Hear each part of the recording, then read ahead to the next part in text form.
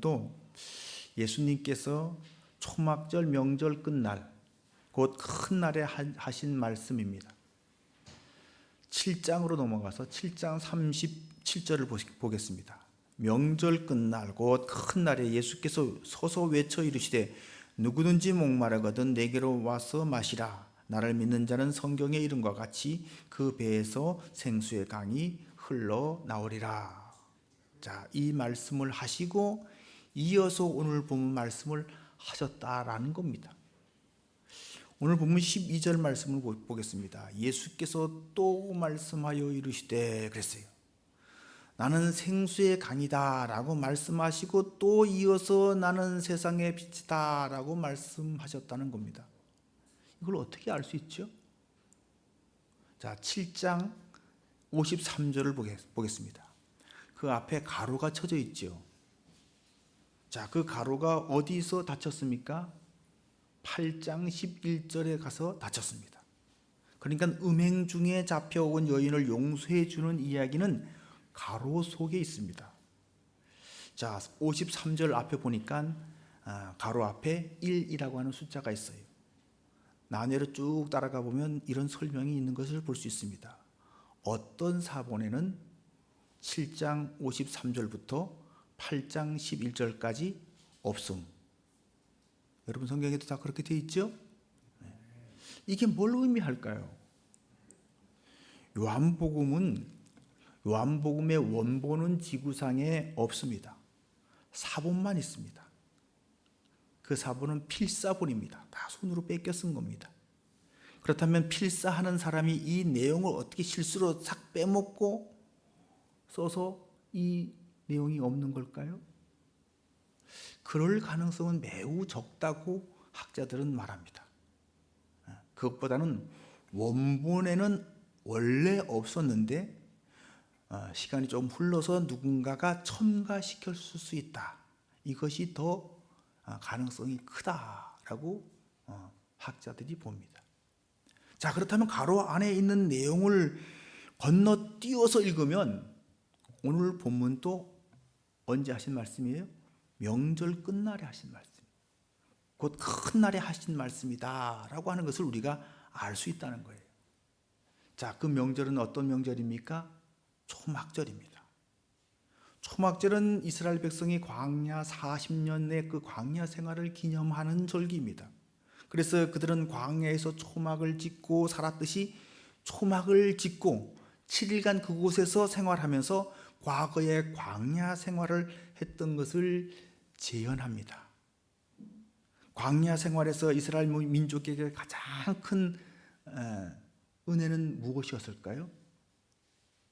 물 문제였을 거예요. 목마름을 해결하는 문제였을 겁니다. 하나님께서 반석에서 물이 나게 하심으로 그들의 목마름을 해결해 주셨던 것을 기억해서 하면서 실로한 못에서 물을 길러서 제단에다 부으면서 축제를 벌였습니다. 바로 그것을 보고 예수님께서 누구든지 목마르거든 내게로 와서 마시라. 나를 믿는 자는 성경의 이름과 같이 그 배에서 생수의 강이 흘러나리라 라고 말씀을 하셨어요. 자, 그 다음 이스라엘 백성들이 광야에서 경험했던 또 큰 은혜는, 또 다른 은혜는 뭘까요? 낮에는 구름 기둥으로, 밤에는 불 기둥으로 그들과 함께 하시고 그들을 인도하셨던 하나님의 은혜였습니다. 자, 이것을 기념하며 또 재현하기 위해서 이스라엘 백성들은 예루살렘 성전 여인의 뜰에 거대한 황금 등대를 세우고 그곳에 불을 붙였습니다. 그 불이 얼마나 밝은지 예루살렘의 모든 뜰을 비출 수 있을 정도였다고 합니다. 이스라엘 백성들은 그 불빛 아래서 하나님께서 우리를 이렇게 인도하셨다고 노래를 부르며 춤을 추었다고 합니다. 이 행사가 끝나고 이제 등대의 불이 꺼지고 막 기뻐하며 춤을 추던 사람들이 잠잠해질 때 예수님께서 또 외치는 겁니다. 나는 세상의 빛이니 나를 따르는 자는 어둠에 다니지 아니하고 생명의 빛을 얻으리라. 아멘. 과거 광야에서 이스라엘 백성들을 인도하실 때 하나님께서 불기둥으로 그 길을 비추어서 약속의 땅 가나안 땅으로 인도해 주셨듯이 내가 세상의 빛이 되어서 온 세상 사람들을 천국으로, 생명으로, 영생으로 이끈다고 하는 것을 선포하신 겁니다. 빛은 어둠의 반대지요. 그래서 어둠에 다니지 아니하고 라고 했어요. 어둠이 뭘까요? 어둠은 무지, 혼돈과 관련이 있습니다. 태초에 혼돈과 공허와 흑암 속에서 하나님께서 빛이 있으라 라고 말씀하시니까 빛이 생겼습니다. 그러니까 이 빛은 어둠을 몰아내는 빛입니다. 혼돈과 공허와 무지를 몰아내는 빛입니다. 자, 그러면 이 사람들이 모르면 뭘 모르는 거죠? 무엇이 혼란스러운 거죠?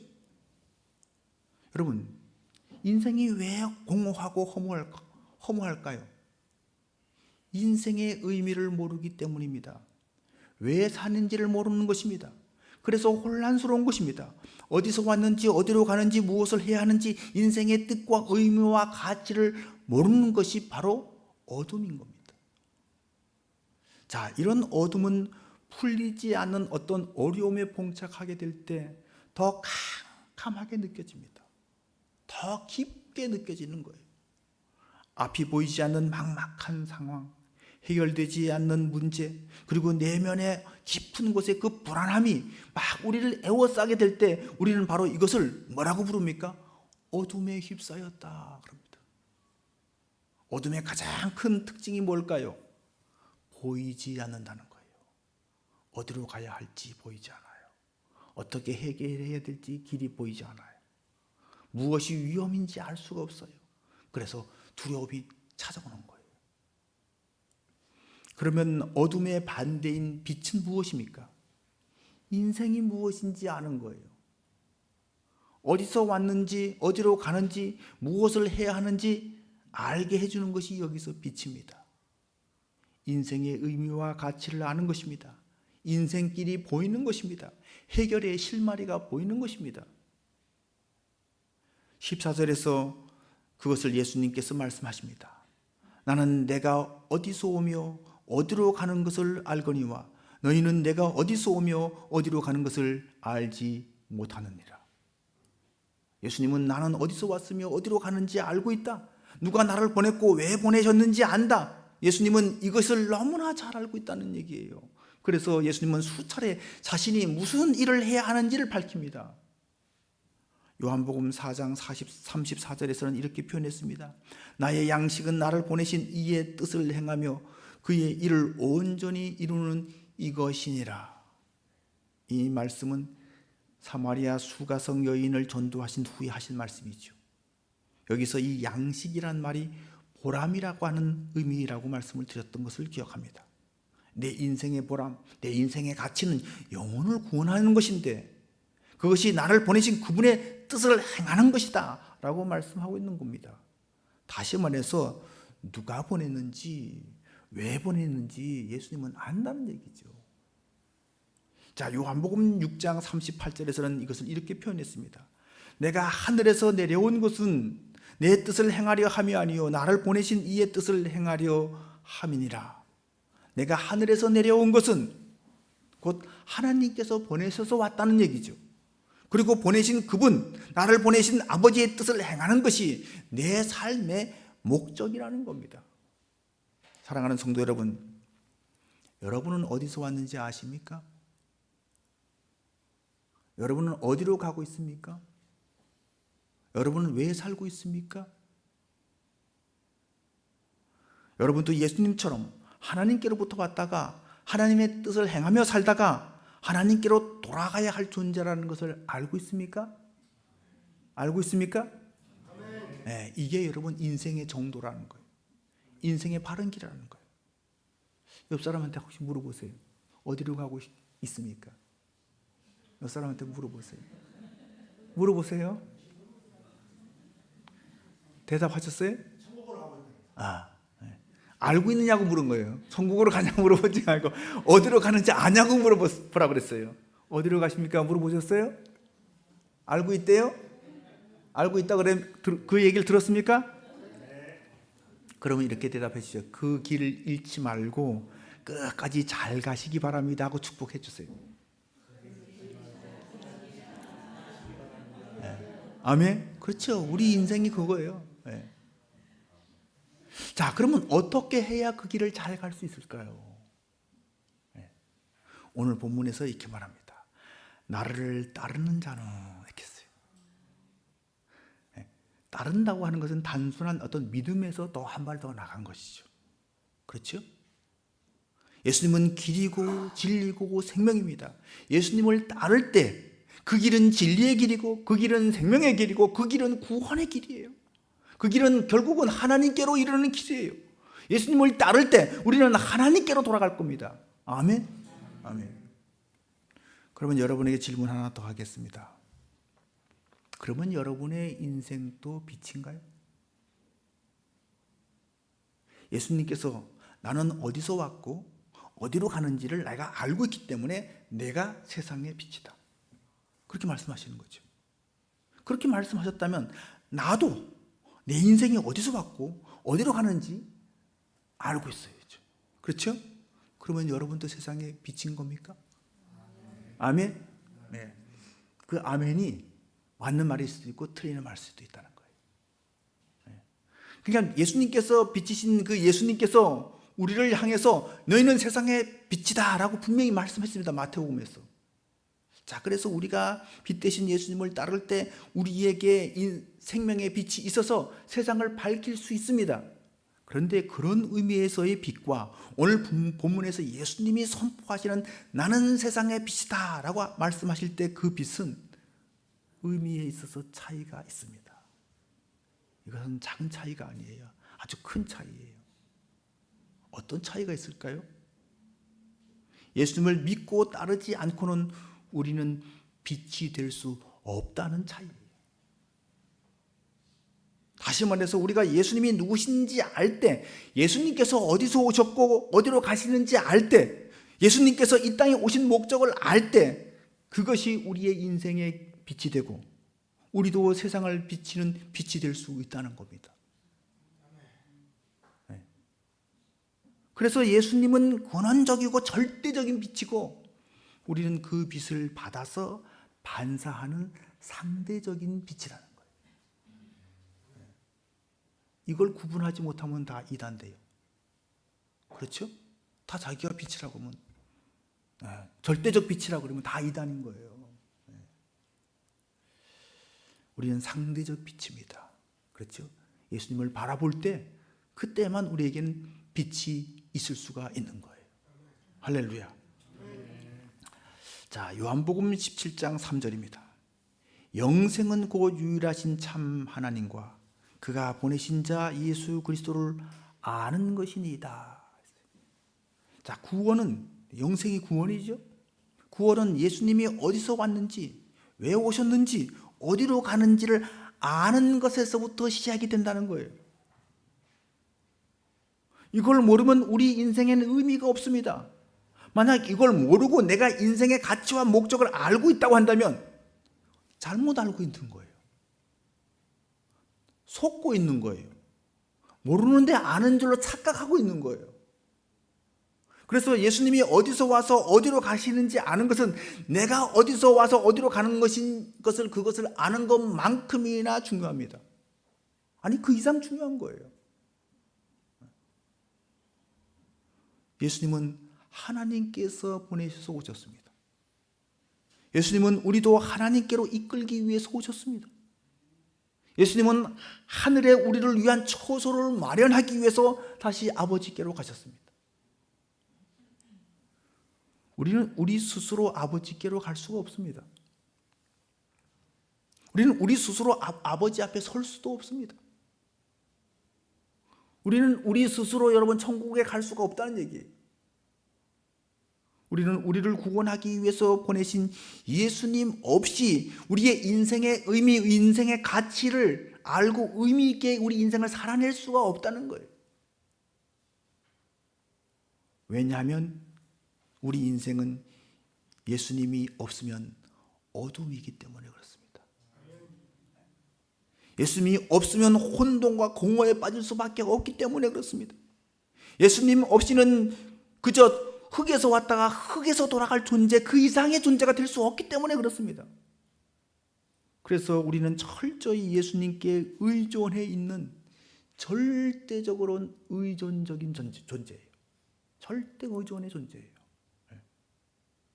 이렇게 우리가 예수님께 철저히 의존할 때 생명의 빛을 얻게 되는 줄로 믿습니다. 빛은 뭔가를 볼 수 있게 해주는 거예요.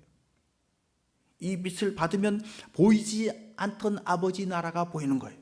이 빛을 받으면 보이지 않던 영적 생명이 보이는 겁니다. 이 빛을 받으면 천국이 보이고 영생이 보이고 더 나아가 다른 사람에게도 그게 보일 수 있게 해줄 수 있다는 얘기예요.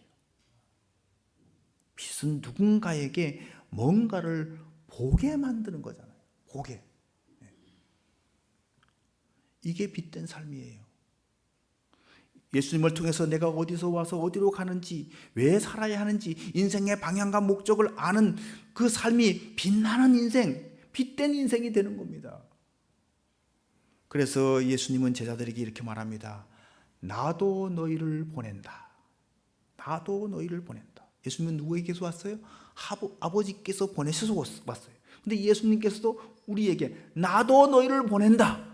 아멘. 요한복음 20장 21절입니다. 아버지께서 나를 보내신 것 같이 나도 너희를 보내노라. 우리도 세상을 비추는 빛이 되라고 우리를 보내시는 겁니다. 여러분 이 말씀을 믿습니까? 이 말씀이 예수님께서 나에게 하시는 말씀으로 믿습니까? 그러면 우리는 어떤 존재입니까? 예수님에 의해서 보내심을 받은 존재예요. 아멘. 이 보내심을 받았다라는 말이 헬라어로 아포스톨로스라고 하는 말인데 우리말로 이렇게 번역했죠. 사도. 사도라는 뜻은 보냄을 받은 자라는 뜻이에요. 다른 말로 하면 대사라는 의미가 있어요. 대사. 국가에서 다른 나라의 대사관을 세우고 대사를 파견해서 자기 나라의 그 국가의 입장을 대변하는 것처럼 우리 그리스도인들은 하나님 나라에서 이 세상 나라로 파견 나온 대사인 거예요. 우리는 이 세상에 살지만 주님의 그 위임을 받아서 주님의 나라를 대변하는 사람들이라는 거예요. 그런 의미에서 우리는 이 세상 나라에 하나님 나라를 비추는 빛이라는 거죠. 아멘. 이 세상 나라에 하나님 나라의 빛을 비추는 빛이에요. 하나님의 빛을 비춰주는 빛이에요. 그런데 많은 사람들이 이 빛을 잃고 살아가고 있습니다. 하나님으로부터 보냄을 받았는데 보낸 분과 연락이 끊어져 버렸어요. 뭘 해야 되는지도 몰라요. 그냥 자기 생각대로 살아갑니다. 대사가 본국과 연락이 끊기면 대사로서 일을 제대로 할 수 있을까요? 대사가 자기 뜻대로 자기 마음대로 행동하고 말한다면 그가 대사인가요? 아브라함, 요수아, 헤셀은 이런 사람을 가리켜서 이렇게 말했습니다. 메시지를 잃어버린 메신저. 메시지, 말씀을 잃어버린 메신저라는 거예요. 자기가 그리스도인이라고 하는데 말씀을 잃어버렸어요. 대부분의 현대인들이 바쁜 일상과 물질 수위 속에서 삶의 목적과 방향을 잃어버렸다는 거예요. 빛을 잃어버렸다는 거예요. 등불이 꺼진 등대가 됐다는 얘기죠. 사랑하는 성도 여러분, 예수님은 빛입니다. 우리가 따라가야 할 내 인생의 등불이고 우리가 전해야 할 그분이 메시지이고 예수님이 우리 삶의 이유이고 목적이 되는 줄로 믿습니다. 아멘. 자, 그럼 예수님의 이 선포에 대한 바리새인들의 반론을 살펴보겠습니다. 13절에 이런 질문을 던집니다. 바리새인들이 이르되 내가 너를 위하여 증언하니 내 증언은 참되지 아니하도다. 자, 이 말은 상당히 설득력 있는 반론같이 보입니다. 두 가지 점에서 설득력이 있어 보입니다. 첫째는 스스로 하는 증언이기 때문에 못 믿겠다는 거예요. 두 번째는 이 증언은 두 사람 이상의 증언이 일치되어야 증언으로서 효력이 있는데 혼자 하는 증언이기 때문에 이거 못 믿겠다는 거예요. 자, 이 말에 대해서 예수님은 뭐라고 반박하셨을까요? 서너 가지로 반박했는데 한번 살펴보겠습니다. 첫 번째는 아느냐 모르느냐로 반박을 했어요. 나는 내가 누군지 알고 말하는 것이고 너희는 내가 누군지 어디서 왔는지 어디로 가는지 모르고 하는 말이기 때문에 내 말이 참이다 라고 말씀하십니다. 14절에 그 말씀하십니다. 내가 나를 위하여 증언하여도 내 증언이 참되니 나는 내가 어디서 오며 어디로 가는 것을 알거니와 너희는 내가 어디서 오며 어디로 가는 것을 알지 못하느니라. 그렇습니다. 알고 하는 말이 참일까요? 모르고 짐작으로 하는 말이 참일까요? 알고 하는 말이 참이죠. 그렇죠? 네. 자, 두 번째 반박은 판단의 기준으로 반박을 하고 있습니다. 15절에 나옵니다. 너희는 육체를 따라 판단하니 나는 아무도 판단하지 아니하노라. 자, 이들의 판단의 기준은 육체라는 거예요. 다시 말해서 겉모습이라는 거예요. 어떤 사회적 지위나 어떤 배경이나 학번이나 심지어는 요즘 말로 하면 어떤 차를 타고 다니냐, 어떤 집에 사느냐, 집 평수가 몇 평이냐, 뭐 이런 것으로 사람을 평가하고 판단한다는 것입니다. 그런데 예수님은 아무도 그렇게 판단하지 않는다는 거예요. 세상이 이런 물질적 가치관으로 사람들을 평가하지 않는다는 거예요. 이 말은 너희들이 모르는 이유와도 관련이 있어요. 너희들이 왜 모르냐? 육체로 판단하기 때문에, 영적 눈이 없기 때문에, 그래서 모르는 거라는 거죠. 자, 그럼 예수님의 판단 기준은 뭡니까? 16절에 나오죠. 만일 내가 판단하여도 내 판단이 참되니 이는 내가 혼자 있는 것이 아니요 나를 보내신 이가 나와 함께 계심이라. 나의 판단과 평가는 나 혼자 임의적으로 하는 판단이 아니라 나를 보내신 그분과 하는 판단이고, 다시 말해서 나의 육체적인 어떤 관점의 평가가 아니라 하나님의 관점으로 내리는 평가고 판단이라는 거예요. 하나님은 외모를 보시는 분이 아니죠. 사람은 외모를 보거니와 하나님은 중심을 보신다고 말씀하셨는데 바로 그 관점, 하나님의 눈으로 보고 판단한다는 거예요. 그래서 예수님의 판단은 항상 옳다, 항상 바르다, 항상 진리다는 거예요. 사랑하는 성도 여러분, 우리에게도 바로 이런 시각이 필요하다는 얘기예요. 육체를 따라 판단하는 시각이 아니라 영을 따라 판단하는 영적 시각이 필요하다는 것입니다. 이런 시각은 예수님을 통해서 보는 거예요. 예수님의 눈으로 보는 거예요. 예수님께서 아버지를 통해서 아버지의 시각으로 보셨듯이 우리도 예수님의 시각이 필요하다는 거예요. 사랑하는 성도 여러분, 우리의 판단의 기준이 자기가 되지 않기를 바랍니다. 어떻게 내가 기준이 될 수가 있습니까? 어떻게 세상의 물질적 가치관이 기준이 될 수가 있습니까? 기준이 누구예요? 기준이 하나님이십니다. 기준은 빛으로 오신 예수님이십니다. 그러니까 우리가 누구를 판단할 때 여러분 항상 그 기준으로 보려고 애를 써야 돼요. 예수님을 통해서 예수님의 시각으로 보려고 애를 써야 된다는 거예요. 이게 우리의 영적인 눈이 열리는 가장 중요한 일이에요. 이 눈이 열리기를 주의 이름으로 축원합니다. 네. 자, 세 번째는 증인의 수를 충족하고 있다고 반박하고 있어요. 17절입니다. 너희 율법에도 두 사람의 증언이 참되다 기록되었으니 그랬어요. 증언이 증거의 효력을 가지려면 두 사람 이상의 증언이 있어야 된다는 겁니다. 자, 18절을 보십시오. 내가 나를 위하여 증언하는 자가 되고 나를 보내신 아버지도 나를 위하여 증언하시느니라. 예수님의 증거는 예수님 자신과 하나님 아버지 둘이잖아요. 둘이기에 충분한 증거의 효력이 있다라고 반박을 하는 거죠. 자, 요한복음 5장 32절입니다.